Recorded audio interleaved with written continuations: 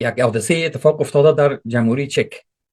یک گروه از به نام گروه زلزله رفتن اونجا کارخانه سلاسازی اسرائیل آتش زدن در اروپا، در جمهوری چک. یکی موضوع دوم برنامه است که ما که میبینیم اشتباه چرچیل در تریپولی یک وقت در برابر مصطفی کمال، او اشتباه چرچیل در تریپولی که از دریا پیاده میشد میخواست تپگک ها به اصطلاح سلسله تپه ها را بگیره در تریپولی، 16,000 نفر کشته داد. حال اینمی در جزیره خارک ایران تکرار میشه. اگر قرار باشه که ترامپ هوس بکنه که ما در خارک مثلا 2200 تفنگدار میارم، روسیه گفته است که امریکا و اسرائیل حال به دست خود روی آتش بنزین میریزن، یعنی پتروله. چقدر گپا در میدان واقعیت خطرناک است، جریان داره میگه دیگه. وزارت اطلاعات ایران خبر داد که 45 تن از افراد جدایی طلب در ولایت های قزوین و آذربایجان غربی بازداشت کردند و 26 نفرش عامل وابسته به اسرائیل و امریکا بوده. یک گروه بین‌المللی جدید به نام گروه زلزله یک کارخانه تسلیحاتی اسرائیلی را با آتش کشیده. امید قشنگ هیچ چیزی نمونده از او. تاریخ 20 مارچ یعنی دیروزی کار شده. این گروه زلزله میرن به مرکز صنعت تسلیحات اسرائیل در اروپا، چنان ضربه میزنن که تا حال هیچ وقت چنین دیده نشده بود. در شهر پاردوبیتسه در جمهوری چک یک مرکز از موسوم به مرکز برتری شرکت البیت سیستمز است، اونجا کار میکنه که به تازگی با همکاری شرکت LPP برای پشتیبانی از گسترش جهانی تسلیحات اسرائیلی ساخته شده برای تولید. اونجا را گرفتن، زدن، تمامش کردن. این گروه زلزله فهمیده نمیشه کی است، از کجا پیدا شد. این در جریان 21 روز اخیر پیدا شده، جنگ ایران و محور امریکا اسرائیل. در حالی که این مرکز توسعه، مرکز تولید و آموزش، اما وقتی انتخاب کردن که از بین بردن که خالی از افراد بوده، آدم نبوده در بینش. اما تمام تجهیزاتش خب پابرجا و او رو ویران کردن، تجهیزات نابود کرده، باز کارخانه رو با آتش کشیده، هیچ کسی هم آسیب ندیده. این منطقه سایت برای توسعه تسلیحاتی استفاده می شود، برای کشتار روزانه مردم در فلسطین، لبنان، ایران استفاده می شود. گروه زلزله خب چی است؟ خودش گفته که با یک شبکه زیرزمینی بین‌المللی است. گفته که هدف ما نابودی تمامی شاخه های امپراتوری از درون است. اینا بشینه دیگه حساب کنین که چی است. داله که گروه آبی خاکی نیروهای دریایی امریکا، همین تفنگدارا، یعنی به رهبری ناو تریپولی به طرف تنگه هرمز میآیند. یک ناو تریپولی، دو تا دیگه گریخت، ناو تریپولی نوبتش است. بعدش ستاد مرکزی امریکا سنتکام با شتاب حال کوشش داره که یک جمع و ترتیبی نشان بده که برای بقا که چطور ما این پایگاه را حفظ بکنیم. چرا یک عملیات کلاسیک پیاده سازی در ایران مثلا در جزیره خارک امروز با یک معادله بسیار پرمجهولات تبدیل شده؟ چرا؟ به خاطر از اینکه اینها شگفت زده شدن. میگفتم او ایران چی است؟ تمام ایرانیایی که از حتی خودم نمیشناسم میگفتن نه جمهوری اسلامی ضعیف است، برین، میره مردم هم میخیزه، کار رژیم تمام است. موساد حرف ایرانی رو قبول نداشت. موساد از مجبوری دست به عمل زد، به خاطر از اینکه اگر نمیزد ایران آماده به عمل بود و اینا هم ایران آل به جنگ خام کشاند و این دیگه ضربه بود. قاعده جنگ همیشه مشخص بیرحم است. برای یک حمله متعارف حداقل برتری 3-1 لازم است که شما میاین به جزیره خارک این میخواین اشغال بکنیم، باید قوای شما، نیروی شما 3 مرتبه اضافه تر باشه از قوای گور شده در اوج از ایرانی ها و خبرم ندارن که ایرانی ها چی چیز پیش پای شما گذاشته. یه مثل که اسرائیل در غزه غرق کردن. عملیات آبی خاکی آسیب پذیرترین مرحله هر نبرد است. پیشتر اما تجربه چرچیل یادآوری کردم. چرچیل باید محاکمه میشد، اما دنیای غرب این کارو نمیکنه. 16,000 جوان به ناحق از روی یک تکبر در تپه‌های تریپولی و دان بلای ارتش بسیار خشمگین مصطفی کمال آتاتورک داد، کلش کشته شد. در لحظه انتقال از دریا به ساحل، همین کار شده زمان چرچیل هم آل اینا هم میخواین. در لحظه اساس انتقال از دریا به ساحل که نیروها از شناورها پیاده میشه و به اصطلاح از خودروهای زرهی شناور داود چی میشن، داخل میشن، نیاز به برتری نیروی 6 مرتبه‌ای است. یعنی ایرانی ها اگر وجود تونل های چیز خارک است، زیر ساختای تونلی سپاه خودش یک هیولاست، کسم نمیفهمه دیگه چی است. تو باید 6 مرتبه نسبت به او قوی باشی. همینطور است. واقعیت های میدانی است. نه 2500 تفنگدار امریکایی رو یا چی میکنن، تبلیغ میکنن.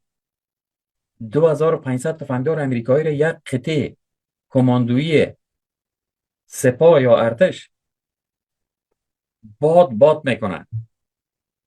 این 2500 تفنگدار دریایی خوشپوش عطر زده در بهترین حالت یک گردان تقویه شده و حساب میره. برای ایجاد برتری لازم مثلا در برابر یک کندک مستقر، یک هنگ مستقر سنگر گرفته در روبروی نیروی امریکایی باید بخش به اصطلاح چیزای خلای جزیره را اول کشف بکنه که فاقد دفاع باشه.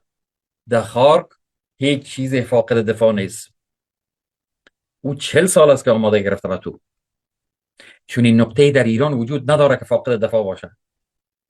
هر متر از سواحل و ارتفاعات ساحلی در خارک یک منطقه آتش است.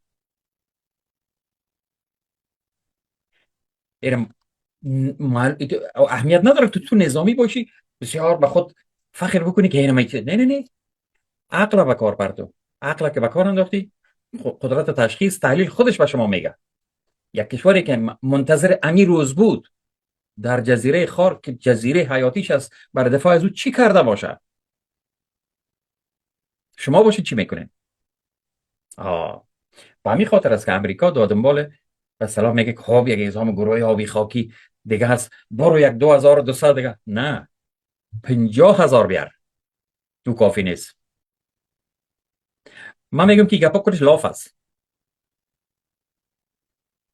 کدام فایده ای نداره.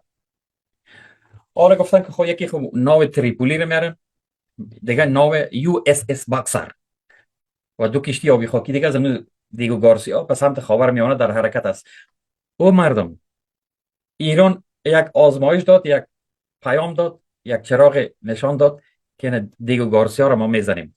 اینمی باکسر و تریپولی که بیای همی طرف یارو نمیزنه. این ما برای شما میگم که او دو کشتی دیگر زد، ضربه خورد، زخمی شدن، گریختن. منظور کشتی جرالفورد است و کشتی لینکلن است. حال دو تا دیگر آوردن. این چی است؟ تله است برای بکارگیری، مثلا موترهای زرهی شناور که خود از این چیز میبرایه، هم در دریا کاربرد دارم، در خشکه میبرایه. کشتی های آبی خاکی باید تا فاصله 20 میل ساحل نزدیک شود. در این نقطه شناورهای عظیم برای ایرانی هایی که تونل های سایت های موشکی داره، بازی کجا میره خودش؟ در 20 میل که نزدیک شوه او رو خود ذوق میکنه.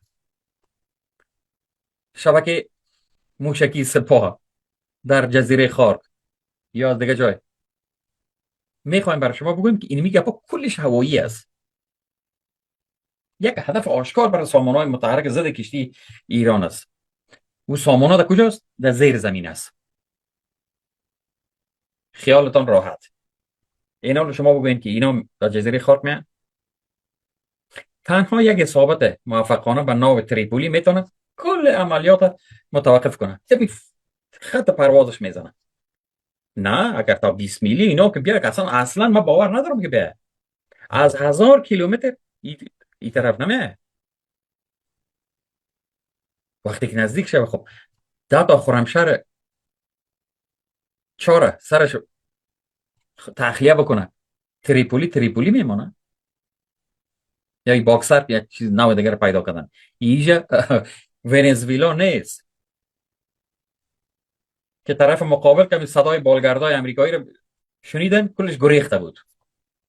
اینجا میدان نبرد تاریخ است که در اینجا نیروهای امریکایی با ماین هایی که مواجه هستند در دریا و ساحل، در ماینا هوشمند است، عقل داره.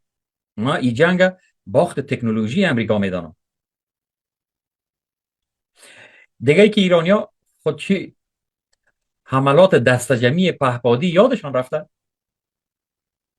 تو تو چطور پیش کرده خودم میتونی به خار زمینی وای این چیزا کل ماجرا نیست. قایقای تندرو کوچکی که ایرانیا دارن، پرتابگرای موشکی بسیار چیز سرد می اینا خود جانتون میکشن، کسی زنده نمیره. مطمئن باشه که کسی به این طرف نمیره.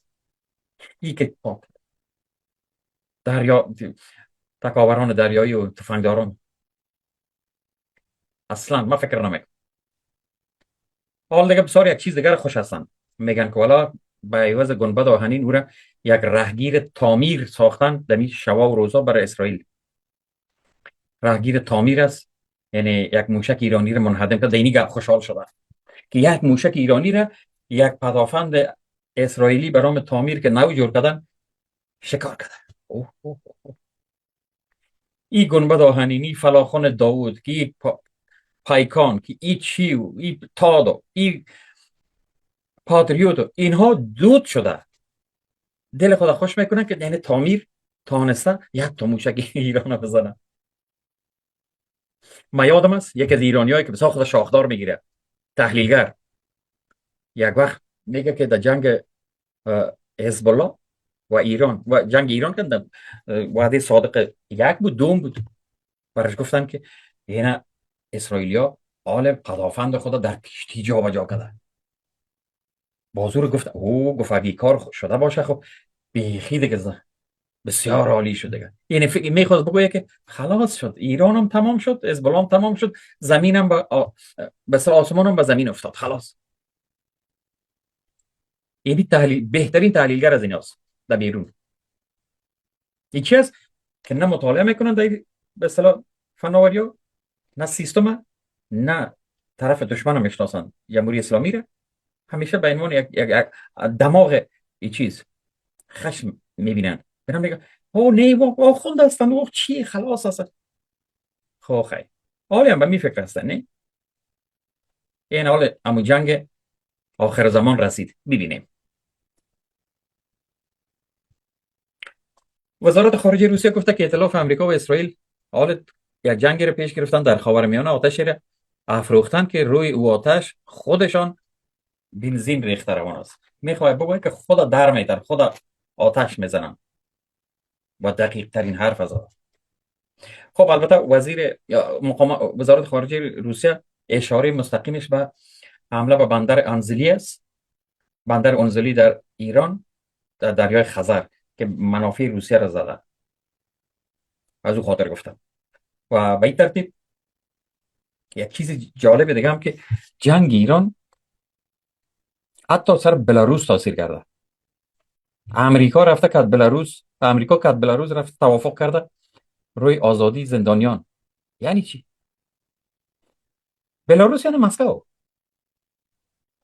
چی توافق داره امریکا با بلاروس که 250 زندانی سیاسی را آزاد کنه؟ چرا او آزاد میکنن؟